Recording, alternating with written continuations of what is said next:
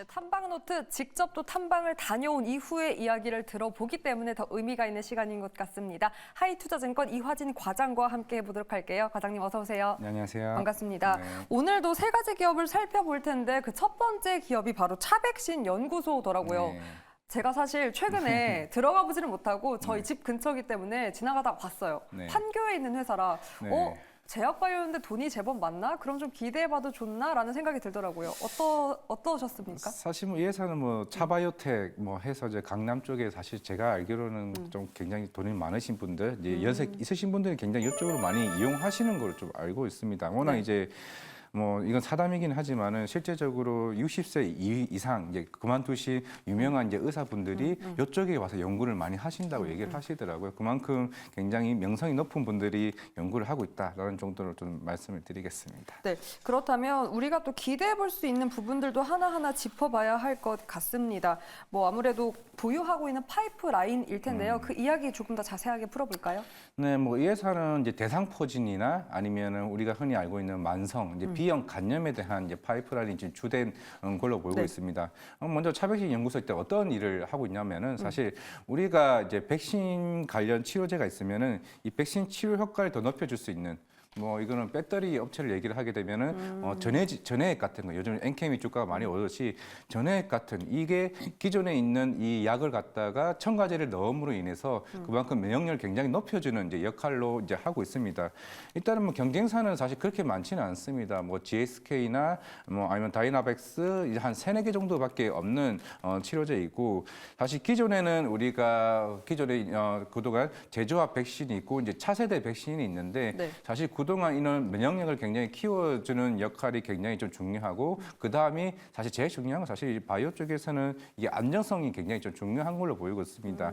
그 역할을 이제 최근에 GSK와 이제 차백신 연구소가 그 경쟁을 하다시피 이제 하고 있는데 물론 데이터로만으로는 일단 차백신 연구소가 굉장히 데이터가 안정이 돼 있고 굉장히 좋다라고 이제 얘기가 되어 있는데 아마 차백신 연구소를 관심이 많이 가지고 있으신 주주분들은 아마 1월 달이나 이번 2분기쯤에 네. 아까 말씀드린 파이프라인 발표, 인상 결과 발표가 있는데 어제 저녁에 났습니다. 물론 원래 1월 달에 나올 수 있다라고 이미 리포트에도 몇 번 나왔었기 때문에 사실 오늘 가지고 나면서 오늘 했는데 오늘 나올 수도 있겠다 얘기를 했는데 어제 저녁에 성인 대상을 하는 B형 간염 예방 백신 관련된 일상에 대한 시험 결과가 나왔고 생각보다 데이터가 굉장히 잘 나왔습니다. 잘 나왔음에도 불구하고 사실 주가는 조금 아쉽긴 한데 결국에는 차백신 입장에서는 향후에 이런 데이터가 꾸준히 좋아지고 그리고 이제 라이센스 아웃에 대한 기대감을 조금은 이제 가지고 있지 않나라고 생각을 하고 있습니다. 네, 그 임상 결과에 대한 이야기는 조금 곧 이따가 더 자세하게 짚어보도록 하겠습니다. 저는 이 부분에 대한 효능도 궁금하더라고요. 혀 밑에 또 네. 투약하는 코로나19 백신 효능을 확인했다라고 하는데 사실 이러한 재료는 정말 그 코로나가 창궐했을 때 그 시대 때 정말 많이 주목을 그렇죠. 받았던 모멘텀인데 사실상 요즘은 많이 소외되긴 했습니다. 그럼에도 네. 불구하고 기대해 볼 수 있을까요? 사실 이게 코로나19도 지났고 사실 이게 이제는 돈이 되겠냐라는 이슈가 있기 때문에 사실 주가에서는 큰 영향은 없을 겁니다. 네. 결국에는 이런 기술력이 이제 추후에 얼마만큼 새로운 백신이 나오거나 그랬을 때 충분히 있는 기술력으로 인정받을 수 있지 않을까라는 생각을 하고 있습니다. 왜냐하면 이번에 차백신 연구소만 이게 한 게 아니라 우리나라에 있는 펜젠이라는 회사랑 그리고 스위스에 있는 바이오링구스와 같은 이게 세 개 이제 합쳤던 부분이었고 여기서 차바이오텍 같은 경우는 기존에 있는 엘판포 이게 면역 증강제에 있는 플랫폼을 제공했던 역할이 있었기 때문에 이런 코로나 관련된 이 치료제를 만들었는데 이게 생각보다 차백신 연구소의 엘판포가 생각보다 성능이 굉장히 좋구나, 기능이 굉장히 좋구나는 걸 인지를 하게 되었을 때 결국에는 해외에 있는 빅파마 업체들이 향후에 결국 이거는 기존에 있는 원기술이 아니라 증강제 역할이기 때문에 오히려 다른 빅파마들이 굉장히 군침을 할 수 있는 역할이 아닐까 생각을 하고 있습니다. 앞으로에 대한 모멘텀도 이렇게 점검해보는 시간이었습니다. 댓글에서도요, 김알렉스님도 그렇고 치즈볼 민주님도 그렇고 그러니까 결국 차병원을 필두로 보유한 어쨌든 재산과 현금은 많을 것이다. 그렇기 때문에 오히려 저는 이러한 재산을 필두로 많은 연구와 그 연구로 인한 조금 결과를 기대해봐도 되지 않을까 싶거든요. 앞서 짚었던 임상 결과 우리가 충분히 기대해볼 수 있다라고 보십니까?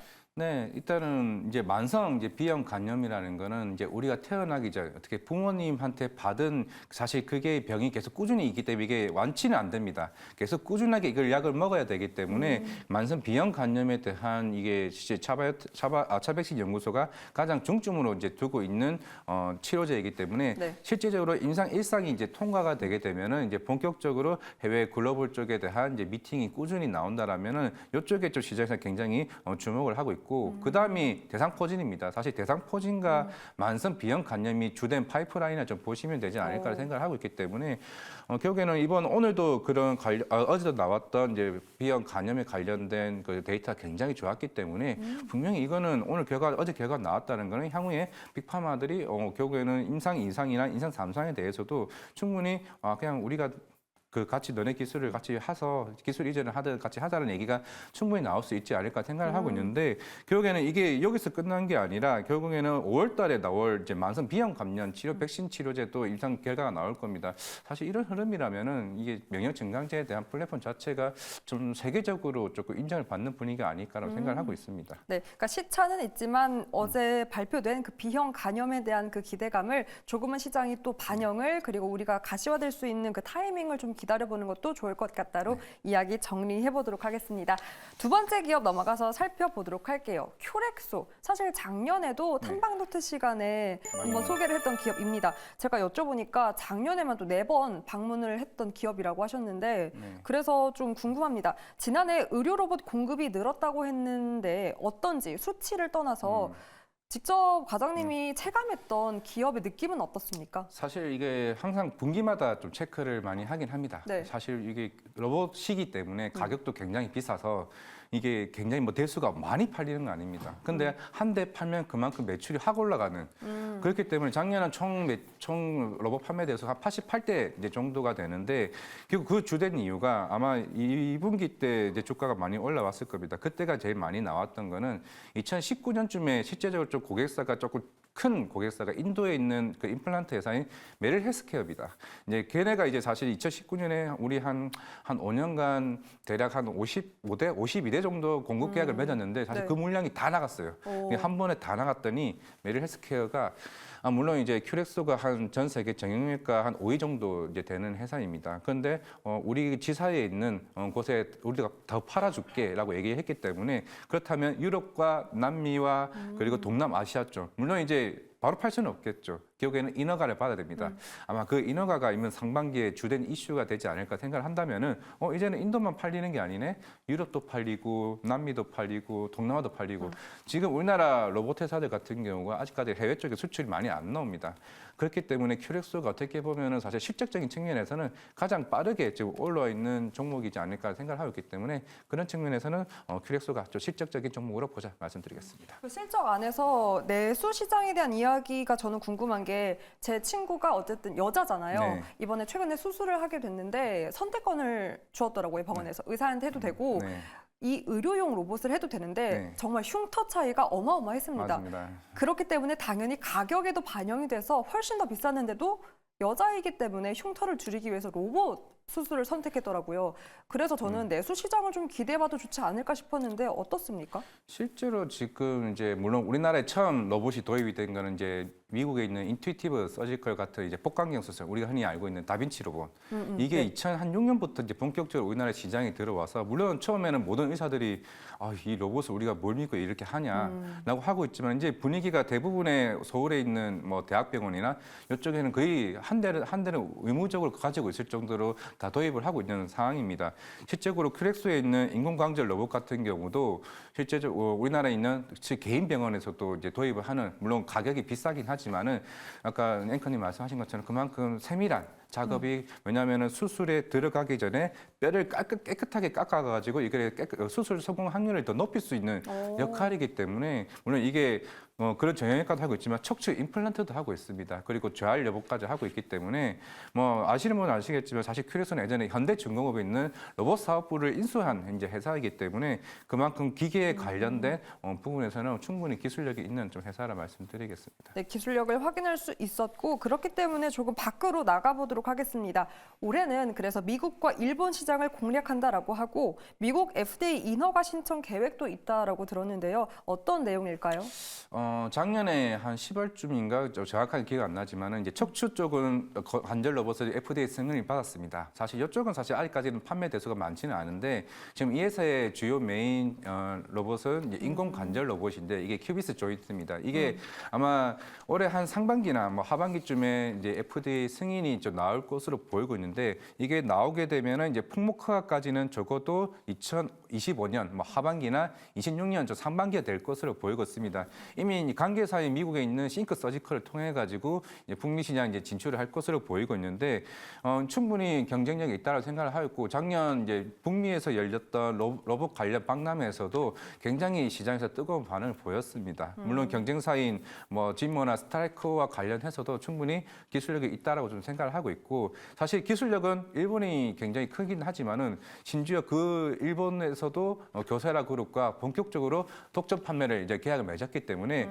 가장 큰 시장이 사실은 일본과 북미이기 때문에 그 두 개가 나온다면은 사실 올해는 유럽과 동남아, 남미, 내년에는 일본과 북미 시장 진출한다고 하면은 성장률이 사실 저는 어마어마하지 않을까 생각하고 있습니다. 좋습니다. 브릿지님도 댓글로 전망은 좋은데 아직 실적이라고 올려주셨더라고요. 사실 네. 이거는 로봇 성장 기업들이 가지고 있는 숙제인데 이러한 모멘텀들이 충분히 카운트까지 기대할 수 있는 부분으로 작용되었으면 좋겠습니다.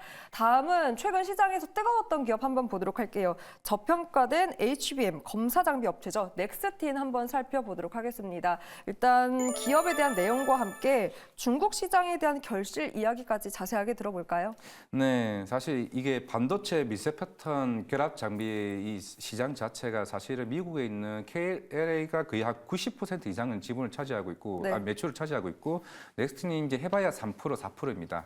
결국에는 이제 미국과 중국 반도체 갈등이 계속 이제 심해지고 있는 상황이고 그만큼 KLA 같은 경우가 중국에서 이제 어느 정도 수출을 많이 못하는 상황이 오면서 넥스틴은 사실 2년 전부터 이제 중국 쪽에 관련된 반도체 뭐 SMIC나 관련된 그 회사들에게 꾸준히 공시가 아마 나왔습니다. 납품 공급계가 굉장히 꾸준히 나왔었기 때문에 충분히 실적적인 측면에서도 굉장히 빠르게 지금 올라오고 있는 좀 회사라고 좀 보시면 될 것 같습니다. 그럼 중국 시장에서 우리가 현실적으로 결실 확인할 수 있었던 결과물은 정확히 어떤 겁니까?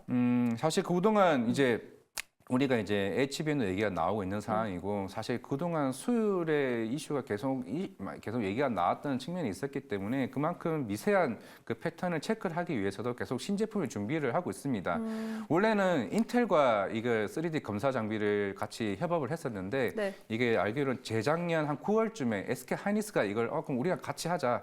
그 로컬 테스트를 같이 준비를 하고 있는 상황이었고 이제 3D 이제 낸드 검사 장비를 본격적으로 출시함으로 인해서 결국에는 특히 SK 하이닉스도 중국 쪽에 공장이 있는 상황이고 그리고 중국과 굉장히 좀 친화적인 종목이 이제 넥스틴이기 때문에 아마 중국 쪽 관련 공식 이슈는 아마 꾸준히 좀 나오지 않을까 생각을 하고 있습니다. 네, 그렇다면 하반기 국내 수주 재개에 대한 내용이 있더라고요. 네. 어떤 부분을 재개를 한 건지 이유까지 한번 들어볼까요? 네, 결국에는 아까 말씀드린 HBM 마찬가지겠지만은 결국에는 물론 회사 이름은 공개는 안 됐습니다만은 금방 SK 하이닉스와 이걸 협업을 했던 거는 이미 예전부터 얘기가 나왔습니다. 결국에는 SK 하이닉스 향에 대한 물론 HBM 3E가 SK 하이닉스 이번 컴코를 통해서 저거 중반쯤에 3E가 생산이 본격적으로 나온다고 하게 되면은 아마 넥스트는 SK 하이닉스 쪽에 이제 비중이 이제 커질 것으로 보이고 있고 뭐 그런다고 해서 삼성전자는 안 하는 건 아닙니다. 삼성전자도 향후에 충분히 수주 모멘텀이 저는 있을 수 있다고 생각을 하고 있기 때문에 실적은 이미 3년 전부터 꾸준히 2배 이상 성장을 해왔었고 아마 올해랑 내년 같은 경우는 수주 모멘텀이나 공급계약 이슈가 특히 중국, YTCC나 아니면 SMIC, SK 하이닉스 위주로 계속 꾸준하게 새로운 신제품이나 기존에 있던 이지스3 같은 제품들은 꾸준히 나오지 않을까 생각을 하고 있습니다. 네, 그렇다면 오늘 세 가지 기업 살펴봤습니다. 이 가운데 이화진 과장의 탑픽 기업 어떤 기업입니까? 일단은 큐렉소라고 좀 생각을 하고 있고요. 물론 올해 같은 경우는 FDA 승인과 아까 얘기했던 여러 국가들에 대한 인허가가 나오게 되면은 조금 상승 모멘텀에 대한 이슈가 있다 말씀드리겠습니다. 많은 로봇 기업을 또 다녀오셨기 때문에 그러한 기업 가운데도 탑3를 꼽아보는 시간도 저희가 한번 마련해 보도록 하겠습니다. 오늘 화이투자증권 이화진 과장과 함께했습니다. 오늘 말씀 고맙습니다. 네, 감사합니다.